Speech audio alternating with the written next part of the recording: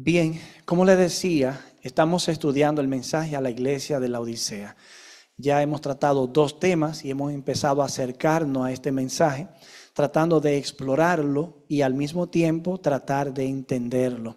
Y luego de descubrir cuáles son las implicaciones espirituales que este mensaje tiene para nosotros. Una de las cosas que hemos aprendido hasta ahora es que este mensaje, como el de las demás iglesias, que en total son 7, eran mensajes que tenían relevancia histórica para los cristianos que vivían en esas localidades en el primer siglo. Pero esos mensajes, como ustedes pueden ver, eran enviados en primera persona al ángel de la iglesia. Veremos más adelante el significado de eso también. Pero el mensaje terminaba diciendo: el que tiene oído para oír, que oiga lo que el Espíritu dice a las iglesias. De manera que el mensaje que es dado en primera persona al liderazgo es un mensaje destinado en segundo plano a toda la iglesia. Pero si fuera solo para la iglesia local, dijera: el que tiene oído para oír lo que el Espíritu dice a la iglesia. Pero como dice a las iglesias, significa eso que cada uno de esos mensajes es importante también para ciertas circunstancias en las otras iglesias. Cuando estudiamos nuestro primer tema, vimos que Pablo escribió la carta a los colosenses, a los cristianos que vivían en Colosas. Pero le dijo: cuando esta sea leída aquí, que sea leída en la Odisea. Y que la de la Odisea sea leída aquí. Ahí encontramos la dinámica que opera en este mensaje. Un mensaje para una localidad, para una iglesia, pero un mensaje que trasciende la frontera de esas iglesias.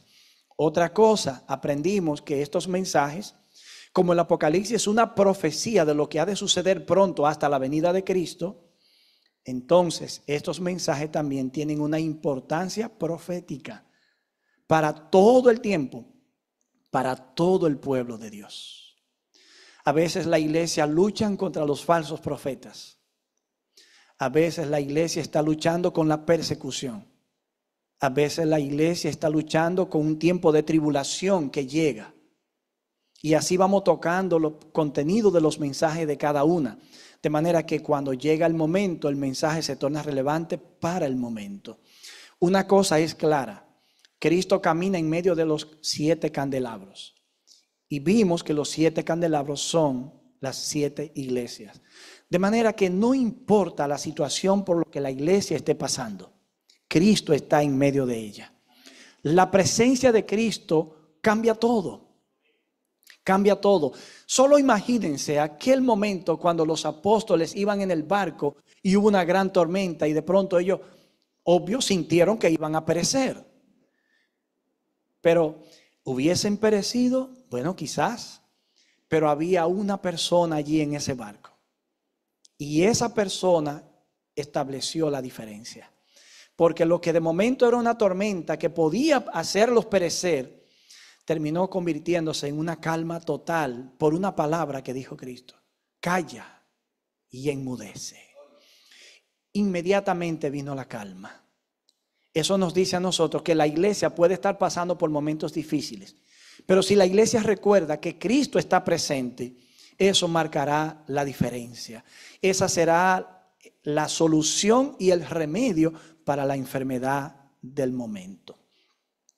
Aprendimos que también Cristo va hablando mensajes de advertencia, mensajes de amonestación, mensajes de encomio. Da promesas a cada una. Pero a la iglesia de la Odisea hay dos cosas que son diferentes. Una, los títulos que Cristo utiliza no se utilizan en ninguna otra parte. Diferente a los títulos que Jesús usa en las primeras 6 iglesias, que están todos contenidos en la visión del capítulo 1, como veremos más adelante. Otra cosa, la Odisea no recibe ningún halago de parte de Cristo.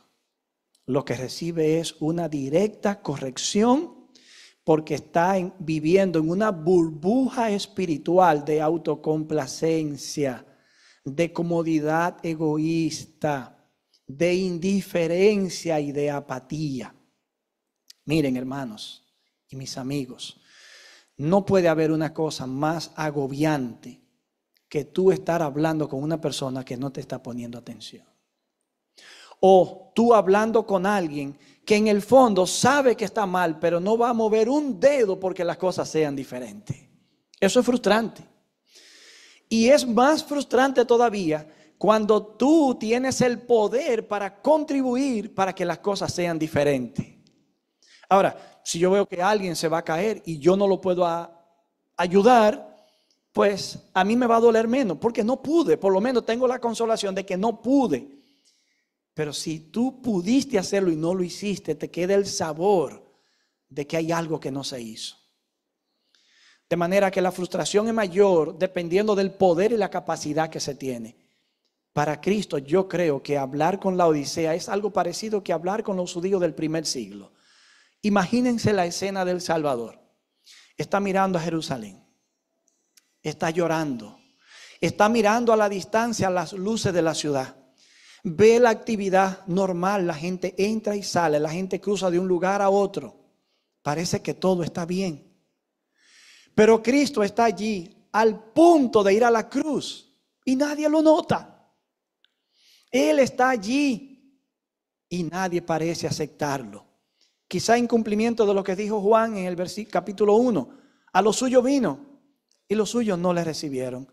En el mundo estaba, el mundo fue hecho por él y el mundo no lo conoció. Y ahí está Cristo sentado mirando a la distancia y las lágrimas empiezan a correr.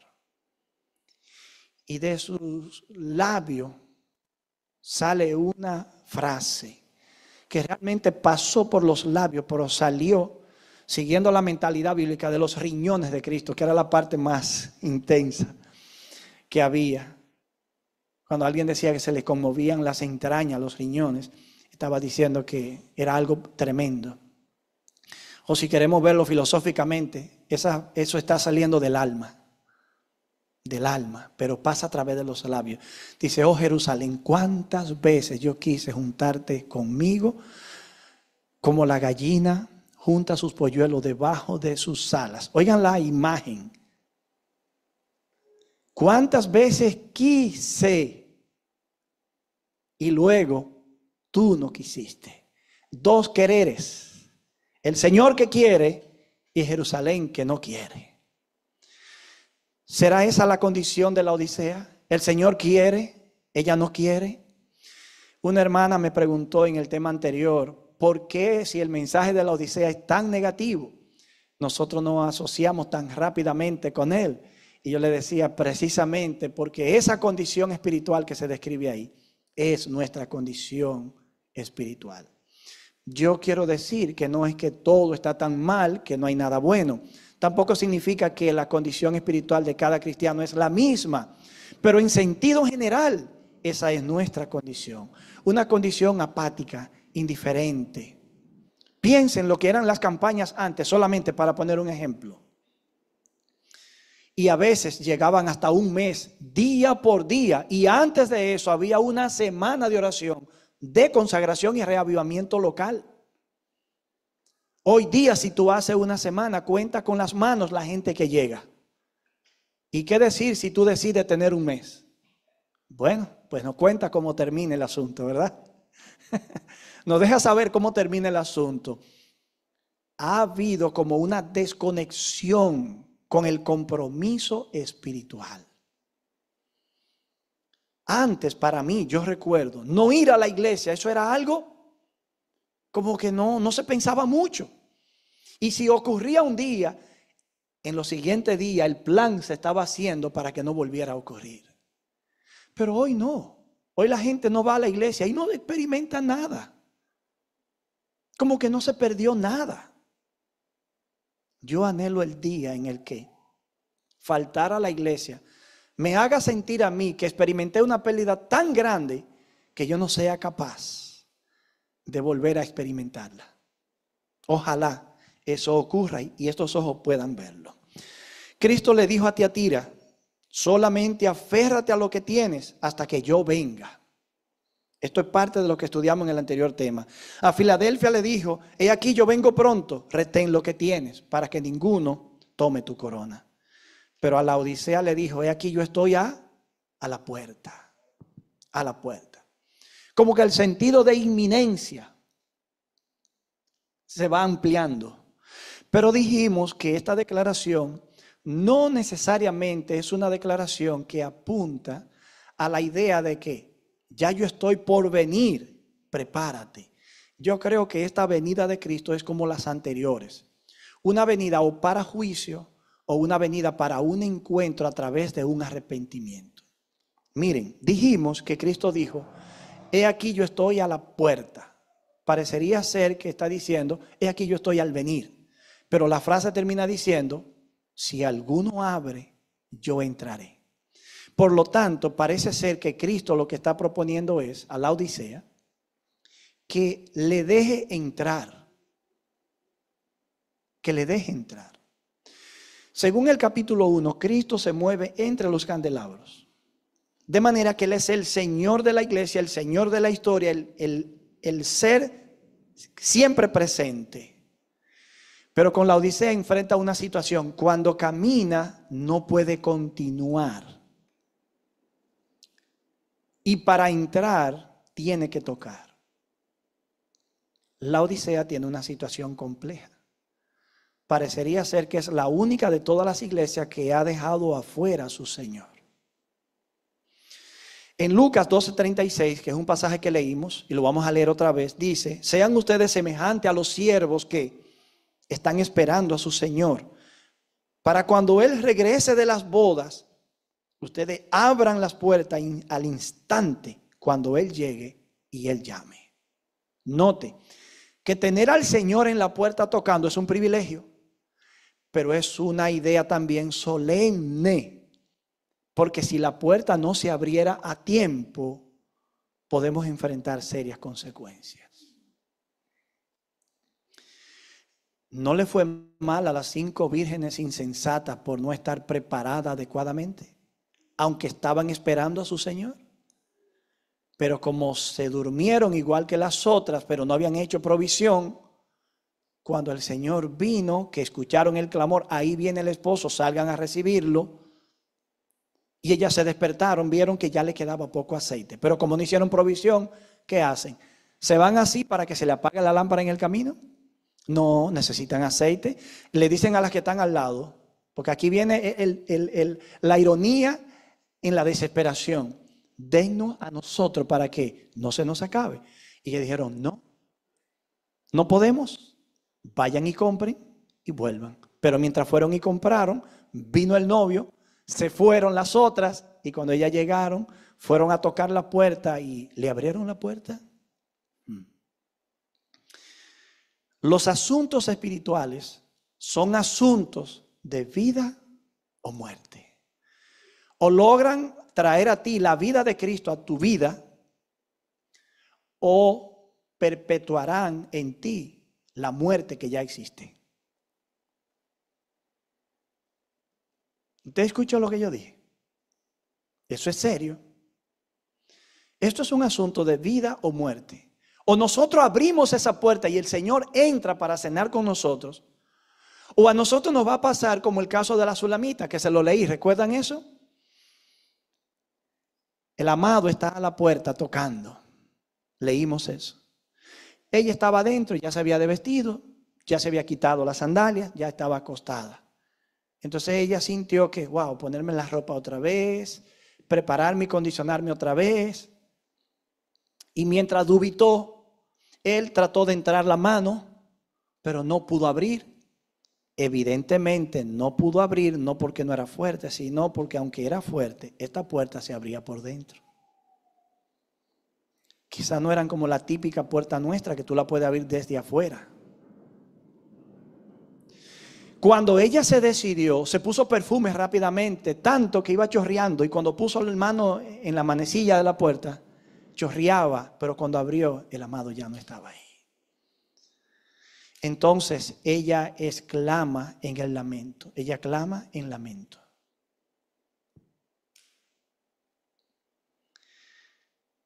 La puerta en la que Cristo se encuentra como el amado es un eco o una alusión, si se quiere, de esa experiencia que vivió la Sulamita con el amado. Porque como Cristo está en la puerta de la iglesia de la Odisea, el amado estaba en la puerta de la casa de la Sulamita. Como la Odisea debe abrir, la Sulamita debió abrir.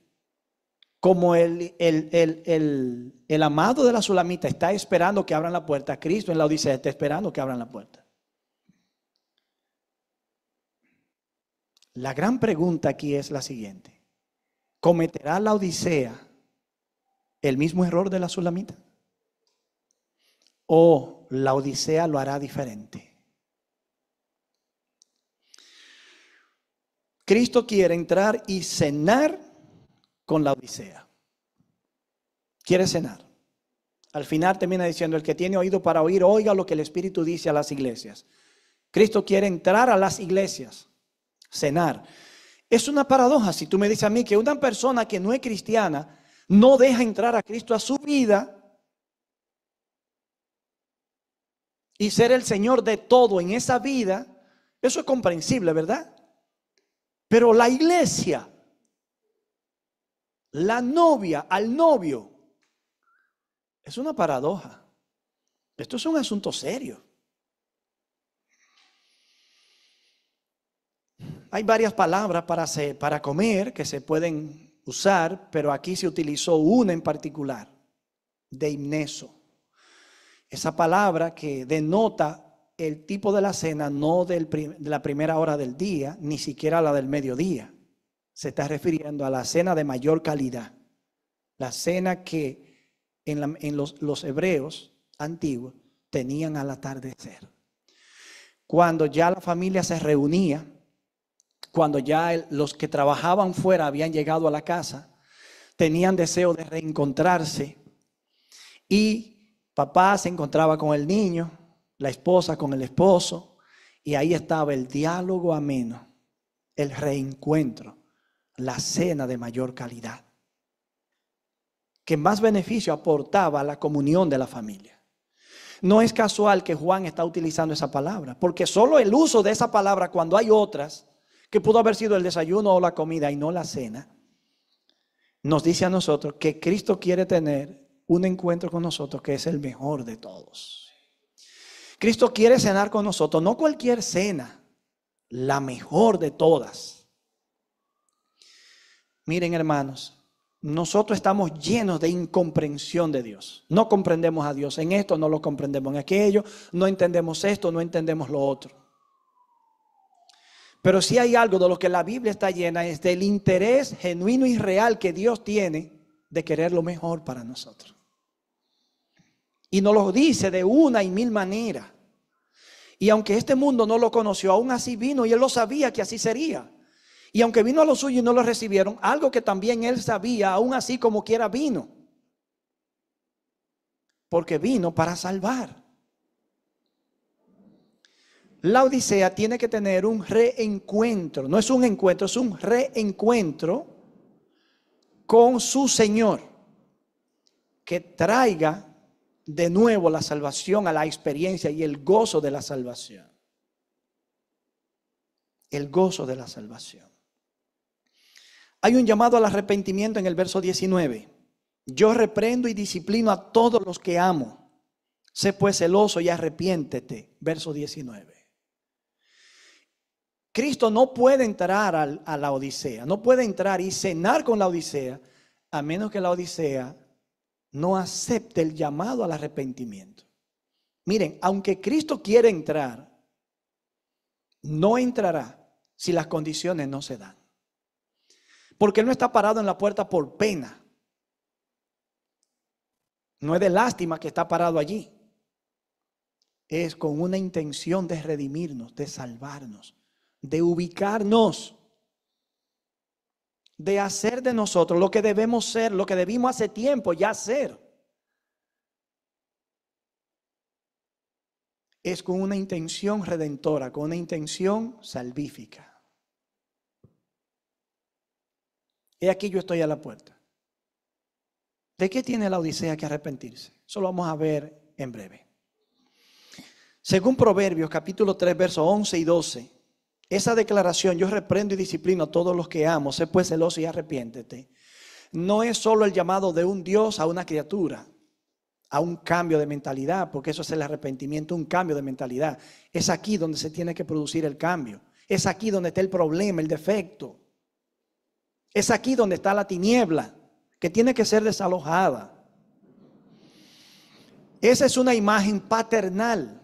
Miren, Proverbios capítulo 3, versos 11 y 12. No deseches, hijo mío, la disciplina del Señor, ni te resientas por su reprensión, porque el Señor disciplina al que ama, como el padre al hijo a quien quiere. ¿Se dan cuenta que es una figura paternal? Cristo está fuera hablando como un padre a su hijo que está dentro, negado a abrir la puerta, o dubitando para abrir la puerta, o perdiendo tiempo para abrir la puerta.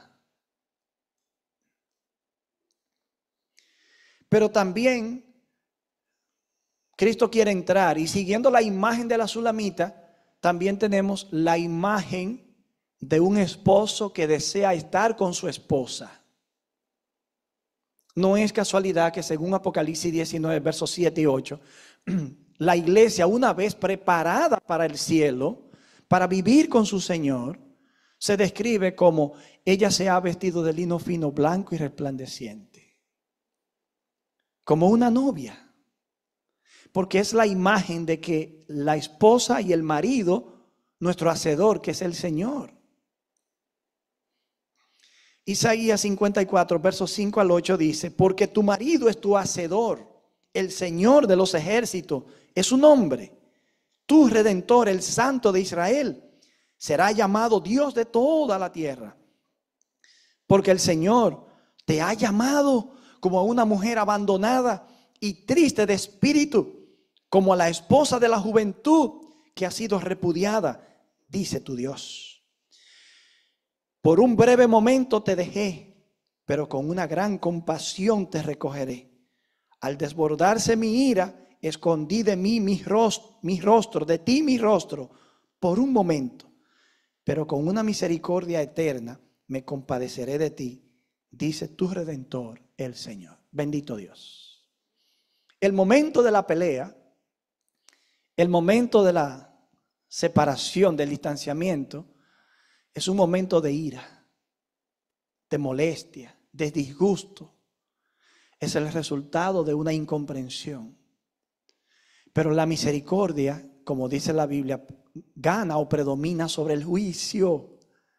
Porque mientras la ira actúa por un momento, fue por un momento que te dejé, por mi misericordia, de manera eterna, te estoy llamando. ¿Captan el punto? Es como el mandamiento.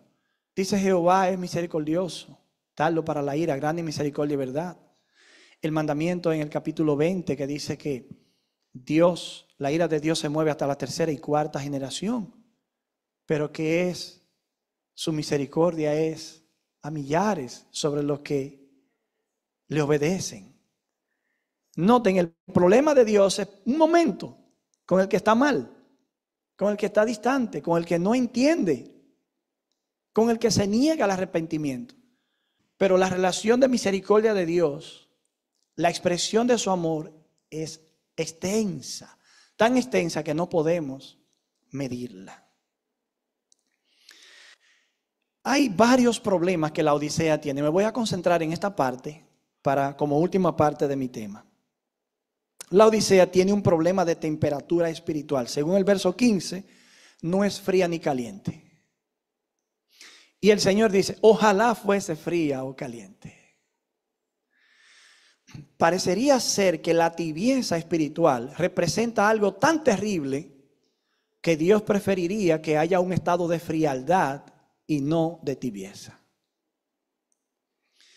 La tibieza, en términos del agua, la Odisea era un lugar rico por tener unas piletas de agua tibia, caliente, que era muy alta en mineral, pesadísima para el paladar, pero para la salud y para el cuerpo era algo extraordinario. Todavía cuando la gente viaja a esta zona, tú puedes buscar las aguas, los pozos termales, búscalo en Google y vas a encontrarte como piscinas prácticamente naturalmente hechas por sí solas. Para ese fin es extraordinario, pero cuando llegue el momento de tomarla, es un vomitivo. Por eso en el relato, la tibieza de la Odisea a Cristo le causa náuseas. ¿Saben qué me da esa imagen a mí? La idea de que Cristo está tratando de tragarse a la Odisea.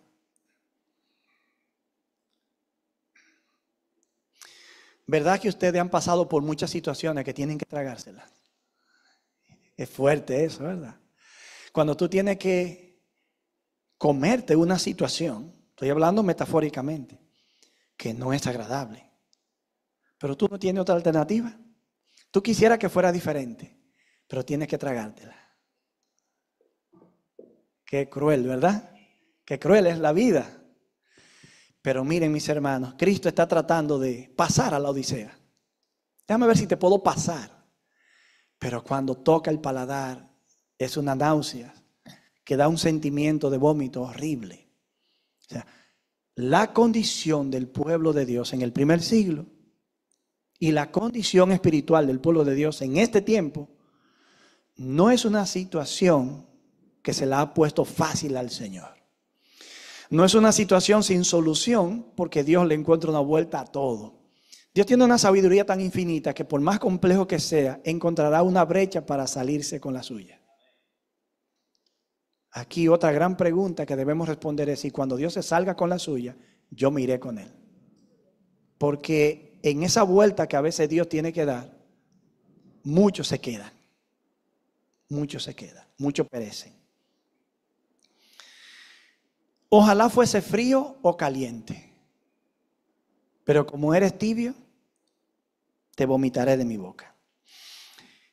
La Odisea cree estar bien, pero está engañada. Verso 17, la primera parte dice: tú dices, yo soy rico y me he enriquecido y no tengo ninguna necesidad. Ahí está.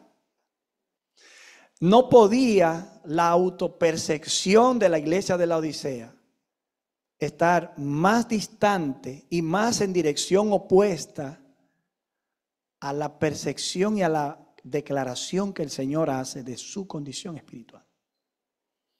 Tú dices. La última parte del verso 17 muestra que es tan crítica la situación que Cristo le dice: pero tú no sabes que eres desgraciado, miserable, pobre, ciego y desnudo. Una cosa es lo que la Odisea cree y otra cosa es lo que el Señor está diciendo. Aquí estamos casi ante los dos quereres: lo que Dios quiere que ocurra y lo que el ángel de la iglesia o la Odisea está queriendo que sea.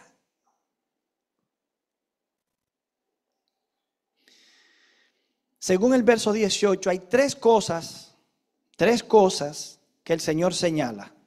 Primero, la Odisea está en bancarrota espiritual. Yo te aconsejo que de mí compre oro refinado por el fuego para que te hagas rico. ¿Recuerdan que la virtud de los laodicenses, una de ellas era que económicamente eran muy estables? Y que esa abundancia de recursos materiales los tornó a ellos orgullosos, pedantes, arrogantes. Y yo puse el ejemplo de que en el 63, cuando un terremoto destruyó casi totalmente la ciudad, los romanos le ofrecieron ayuda. Y ellos dijeron: no, eso nosotros lo resolvemos. Qué bien le estaba yendo. Pero en términos espirituales, la iglesia que está copiando el modelo de la vida real de la iglesia no funciona aplicado a la vida espiritual. Porque Cristo dice: ustedes están muriendo de pobreza. También Cristo le dice que carece de la vestimenta apropiada para comparecer ante Él. Dice: y vestiduras blancas. Te aconsejo que de mí compre oro, ¿verdad? Pero también vestiduras blancas para que te vistas y no se descubra la vergüenza de tu desnudez. Con esa frase nos movemos rápidamente al Génesis.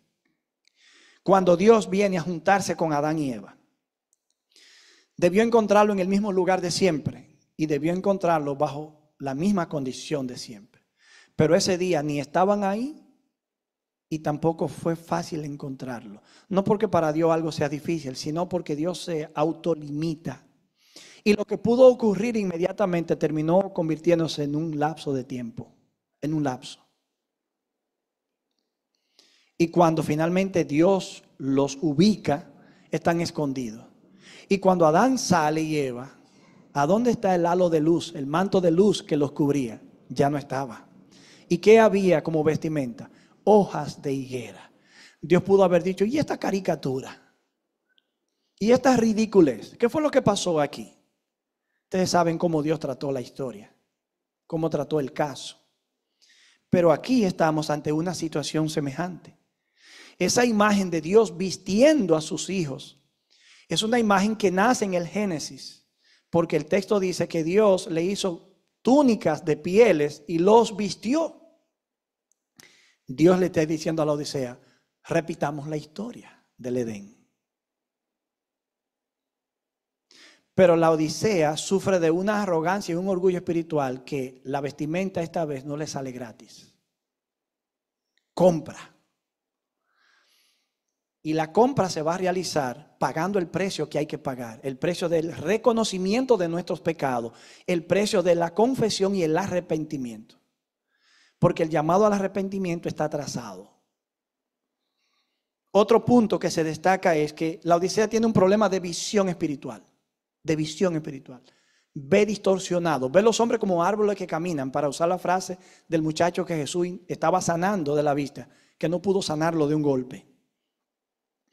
También compra colirio para ungir tus ojos para que veas. Esto tiene que ver con la convicción que se produce en la vida de una persona que reconoce lo que el Espíritu Santo está tratando de mostrarle. Nosotros estamos llenos de situaciones que tienen que ser diferentes.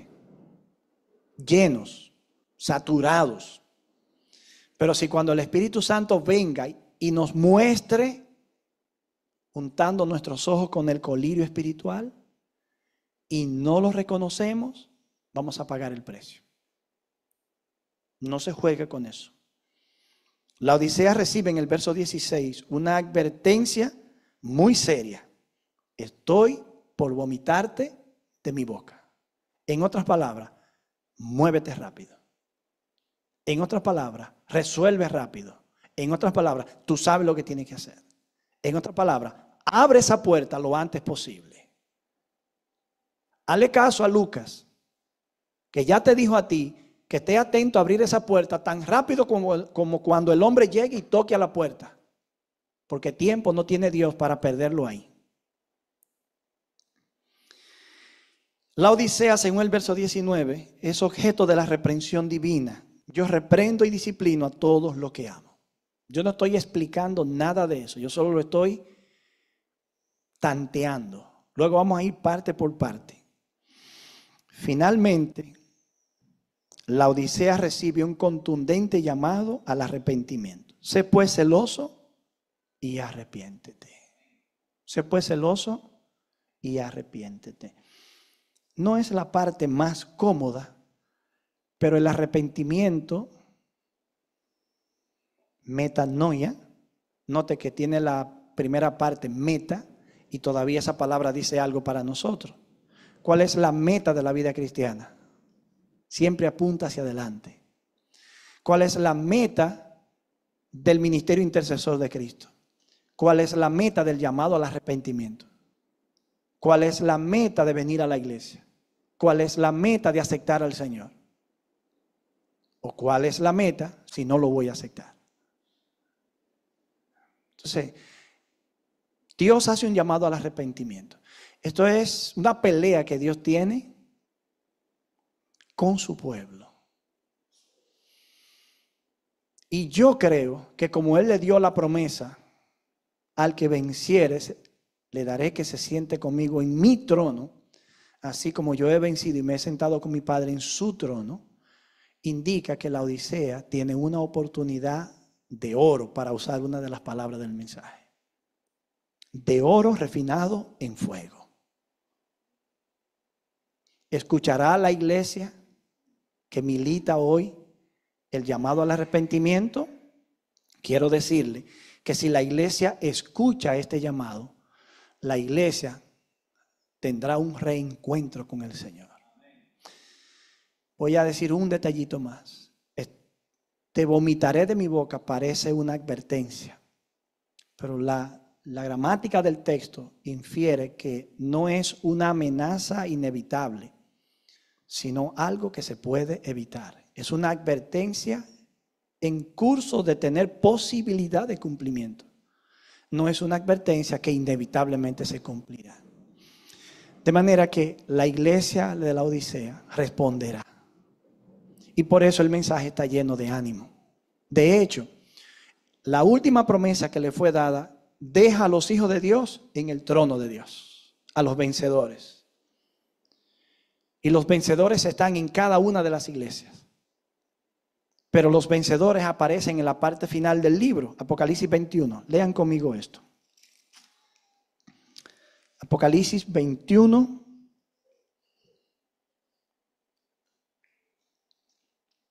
Versos 6 al 8. No es un pasaje que termina fácil, pero tiene que terminar de esta manera. Me dijo, hecho está, yo soy el alfa y la omega, el principio y el fin. Al que tiene sed le daré gratuitamente de la fuente del agua de vida. Ahí está la oferta. ¿Tienes tú sed? El Señor te dará de la fuente del agua de la vida. ¿Eres tú la moderna mujer de Samaria? ¿Quieres tú un agua que cuando la bebas no tengas que volver a tomarla? Aquí el Señor te la está ofreciendo. El vencedor heredará todas las cosas. Yo seré su Dios y él será mi hijo.